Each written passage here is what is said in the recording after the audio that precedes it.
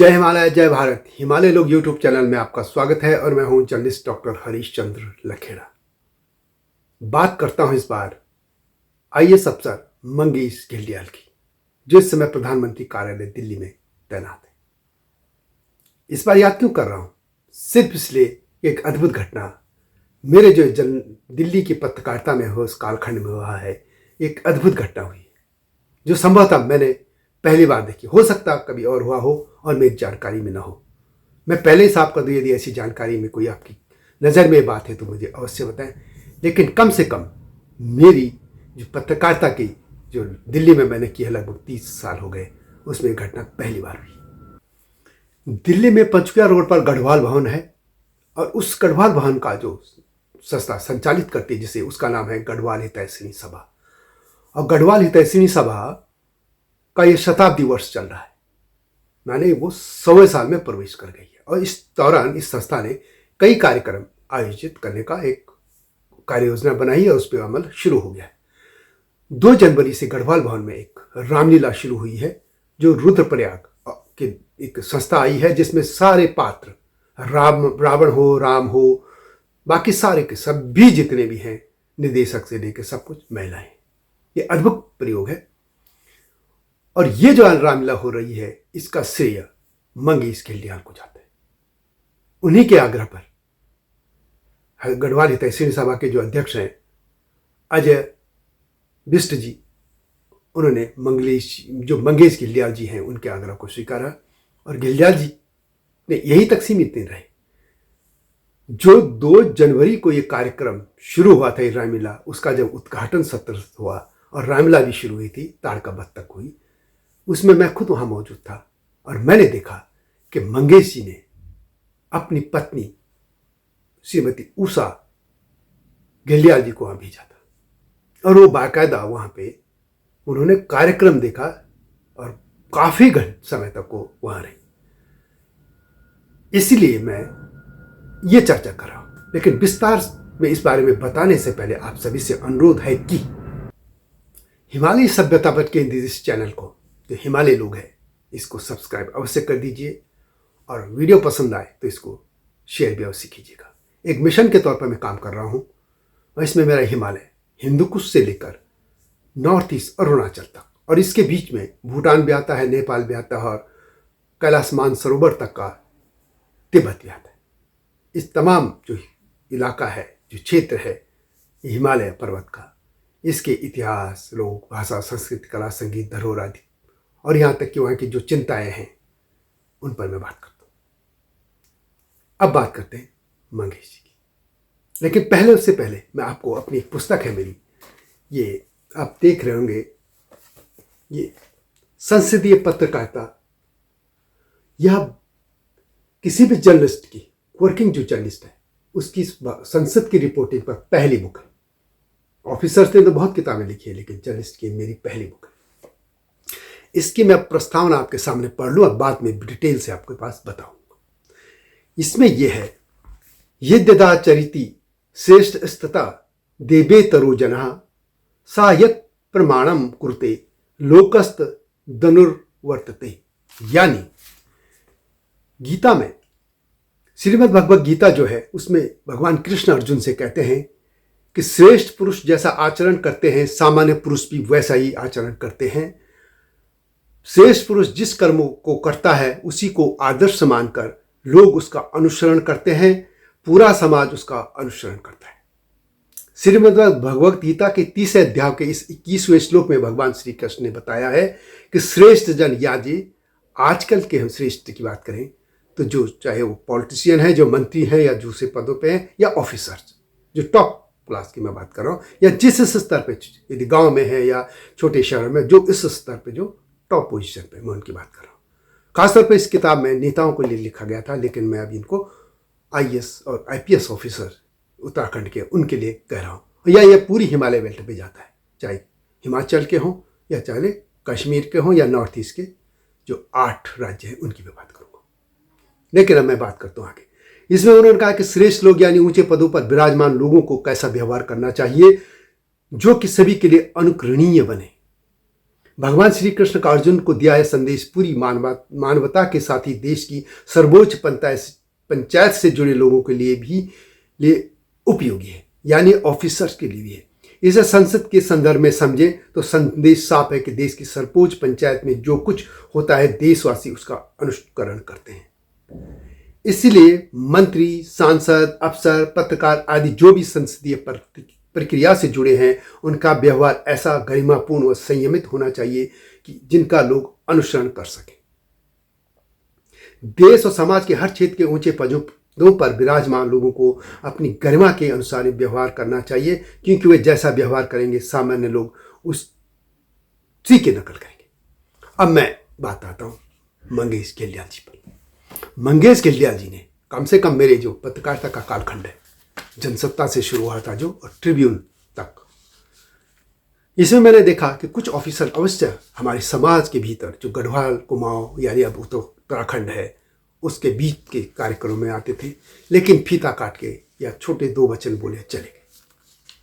लेकिन ये पहले अफसर ऐसे हैं जिन्होंने रुद्रप्रयाग और उत्तराखंड में भी जहां वो तैनात है एक अलग मिसाल दी थी, और इसीलिए उनको पीएमओ में बुलाया गया था। और दिल्ली में कुछ समय पहले एक यंग उत्तराखंड सिने अवार्ड एक संस्था इन्होंने जो एक कार्यक्रम किया था वह उन्होंने वायका था, उसमें एक गीत भी गाया था, गढ़वाली गीत, और समाज के भीतर वो घुले मिले थे। और वो गीत मेरे हिमालय लोग यूट्यूब चैनल में उसको 57,000 लोग देख चुके हैं। अब देखिए ये बात क्या है, यानी वो समाज के भीतर घुले मिले और वो यहीं तक सीमित नहीं रहे। जैसा कि मैंने पहले बताया कि जो ये गढ़वाल भान में रामलीला हो रही है, अब महिलाएं उसको कर रही हैं, वे लोग रुद्रप्रयाग क्षेत्र के हैं और मंगेश जी से उनसे पहले से इस तरीके से उनका संबंध था। ये लोग हरियाणा के हिसार, संभवतः हिसार में कोई कार्यक्रम कर रहे थे और फिर वहाँ से वो दिल्ली में मंगेश जी को मिलने आए। मंगेश जी से उन्होंने आग्रह किया कि वे अपनी रामलीला दिल्ली में भी करना चाहते हैं और उनकी मदद करें। मंगेश जी ने सीधे फोन मिलाया अजय बिष्ट जी को, जो कि अध्यक्ष हैं गढ़वाल हितैषणी सभा के, और उन्होंने कहा कि हाँ हम करते हैं। और ये जो है, ये जो बात मैं कह रहा हूँ, आप इन्हीं के जो कार्यक्रम या इस जो संस्था है उनसे जुड़े जो हैं, ये सेल्फ हेल्प ग्रुप है वैसे जो, वो खुद अपनी बात में कह रहे हैं, ये आप लोग सुन सकते हैं। हम लोग हरियाणा में सरस मेला में था और एक हमारी बड़ी बहन श्रीमती उषा घिंडियाल जी बैठे, एक बार जोरदार तालियां बड़ी बहन श्रीमती उषा घिंडियाल जी का वास्ता, जो हमारा पूर्व जिलाधिकारी रुद्रप्रयाग श्री मंगेश घिंडियाल जी का धर्मपत्नी छन। जब हम लोग हरियाणा में था तो हमने एक दिन मिलने वास्ते आपका घर में गए और हम घिंडियाल सर से बोले कि हमारे रामलीला जो दिल्ली में कराओ। तो माननीय घिंडियाल जी जो तुरंत माननीय पीछे जी से बात करी, मेरे से फोन पर बात करी और उनका माध्यम से और गढ़वाल हितैषणी सभा का माध्यम से आज हम लोग भारत की राजधानी नई दिल्ली में पहुंचे। बड़ा गर्व हम पर हम लोग होता है। अब इन्होंने जो कहा वो गढ़वाली में बोल रहे हैं कि हम कैसे उनके घर गए, कैसे उन्होंने क्या ये कार्यक्रम, ये आपको सामने दिख रहा है, मैं अपनी तरफ से नहीं बोल रहा हूँ। लेकिन जैसा कि मैंने कहा कि उनकी धर्मपत्नी भी इस कार्यक्रम में रही, आप वो ये देख सकते हैं, ये सब पूरा वीडियो चल रहा है, आप उनको देखते रहिए। मेरा ये कहने का मतलब है कि जो मैं गीता का श्लोक कह रहा था, श्रीमद् भगवत गीता का, कि समाज के उच्च पदों पर बैठे लोग यदि इस तरीके से समाज के भीतर आएंगे तो और लोग भी यही अनुकरण करेंगे। एक आके आना, फीता काटना, चले जाना अलग बात है, और समाज के भीतर घुलना मिलना अलग बात है। दिल्ली और एनसीआर में लगभग 25 लाख उत्तराखंड के लोग हैं और इनके भीतर यदि इसी तरह से ये ऑफिसर आए तो उत्तराखंड के यदि टॉप पोजीशन पे बैठे ऑफिसर यदि आम जनता के बीच जाए, उनको उत्तराखंड जाने की तरह वो उनको प्रोत्साहन करें, सलाह दें, मोटिवेट करें या खुद भी जाए, तो ये गांव जो है उत्तराखंड के चीन के हुआजी गांव की तरह हो सकते हैं। उस गांव की ये कहानी जो है कि उसको भी गांव था, उसको इस तरीके से वहाँ काम किया गया कि आज वहाँ के प्रति व्यक्ति जो सालाना इनकम है वो 80 लाख से ज़्यादा है और उन्हें कई मेट्रो सिटीज़ को पीछे छोड़ दिया गया। तो आखिर उत्तराखंड में भी तो ऐसा हो सकता है। वैसे तो दिल्ली में या इन जो IAS of IAS IPS PCS या और भी जो दूसरे जो संस्थानों में या अलाइड सर्विस के जो हैं ऑफिसर्स हैं, इनकी एक संस्था है उत्तर है, और ये लोग मिलते जुलते भी हैं।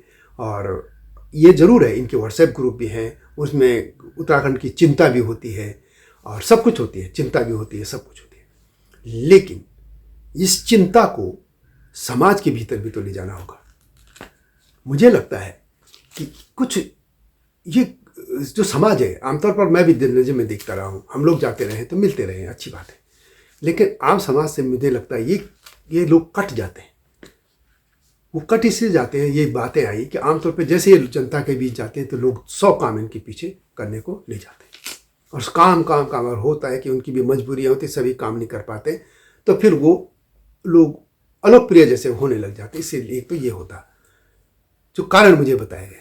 दूसरा, ये जो जनता से कटने का ही कारण है कि हमारे ये जो उत्तराखंड के ऑफिसर्स हैं, ये बहुत ईमानदार होते हैं, काम करने के प्रति अपना जो भी है इनको काम दिया जाता है उसको ईमानदारी से करते हैं, तो बहुत टाइम है उसमें लगा लेते हैं, तो जो बचा खुचा टाइम है इनको अपने परिवार के लिए मिल पाता है।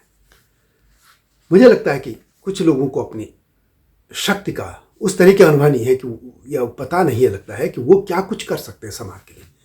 समाज के भीतर जाने से, अपने समाज के भीतर जो आप जाओगे तो उनमें अलग तरह का एक ऊर्जा का संचार होता है। क्योंकि मैंने कल मैं भी गया था, आज 3 जनवरी या 2 जनवरी को था, इसलिए मैं कल कर रहा हूँ, तो उसमें मैंने लोगों में देखा वो कितने खुश थे। मंगेश घिल्डियाल जी के जो उन्होंने काम किए, एक छोटा सा ही काम से देखा जाए, लेकिन एक आदमी पहले भी अपने समाज के भीतर रहा, अपनी धर्मपत्नी को कार्यक्रम में भेजा, तो उससे एक नया ऊर्जा का संचार था। तो मुझे लगता है कि दूसरे जो IAS IPS या दूसरे जो अलाइड सर्विस हैं या दूसरे लोग हैं, PCS भी हो सकते हैं, या दिल्ली में दानिक्स हैं, ये सब जो लोग हैं, जो सेंट्रल सर्विस हो गया उसका नाम, जो UT सर्विस कुछ ऐसा नाम हो गया, या पार्लियामेंट्री सर्विस में हैं लोग, ये सभी लोग ये यदि जनता के बीच जाएंगे तो जनता में नया उत्साह होगा, उनको आप मार्गदर्शन करेंगे। अब जब मार्गदर्शन ही नहीं करेंगे लोग, तो वो अपने हिसाब से जो भी हो करेंगे। तो मुझे लगता है कि मंगेश घिल्डियाल जी से इन लोगों को कुछ सीखना चाहिए कि वे कैसे अपने समाज के भीतर जा रहे हैं। ये वीडियो मैं इसलिए बना रहा था। तो मुझे उम्मीद है कि उत्तरायणी के जो ऑफिसर हैं, उत्तरायणी जो संस्था है उससे जुड़े ऑफिसर हैं, या जो उससे नहीं जुड़े हैं या देश और कहीं भी हैं, वे अपने समाजों के भीतर जाएंगे। जो समाज जहाँ जहाँ हमारे दिल्ली है, बम्बई है, चंडीगढ़ है, लखनऊ है, शायद ही कोई शहर होगा जहाँ उत्तराखंड के लोग ना हों, उनके भीतर भी जाएं और एक बार प्रयास तो कीजिए। आपको बहुत प्यार भी मिलेगा, सम्मान भी मिलेगा, और आपकी सलाह को लोग मानेंगे भी। तो यह वीडियो कैसी लगी कमेंट में अवश्य लिखिएगा, या इसके अलावा आपको कोई ऑफिसर्स ऐसे काम कर रहे हैं तो मुझे अवश्य जानकारी दीजिए, मुझे ईमेल कीजिएगा। ईमेल हमारा सामने आपको दिख रहा होगा, उसमें है, इस वीडियो की में आपको दिख जाएगा। हम उनके बारे में ज़रूर कुछ ना कुछ देंगे जो ऐसे काम करें। बहुत से लोग हैं उत्तराखंड में जिनके बारे में मैं सुनता रहा हूँ, पढ़ता रहा हूँ, हालांकि उनसे मेरा सीधा भी संपर्क नहीं हो पाया है, लेकिन मैं कोशिश करूँगा कि सबके दूँ। और चैनल को अगेन सब्सक्राइब अवश्य कीजिएगा। एक मिशन है, जो पहला एक चैनल है जो हिमालय सभ्यता पर काम कर रहा है, और वीडियो को शेयर अवश्य कीजिएगा। आपका एक छोटा सा यह कार्य मेरे मिशन को सफल करेगा। अगली वीडियो की प्रतीक्षा कीजिए और कमेंट अवश्य कीजिएगा। तब तक जय हिमालय, जय भारत। हिमालय पे पेड़ हो तो गीत गाएंगी नदियाँ, गीत गाएंगी नदियाँ। पेड़ों पे चिड़िया है तो गीत गाएंगी नदियाँ, पेड़ों पे चिड़िया है तो गीत गाएंगी नदियाँ। माँ की लोरी जैसे होते हैं नदियों के गीत।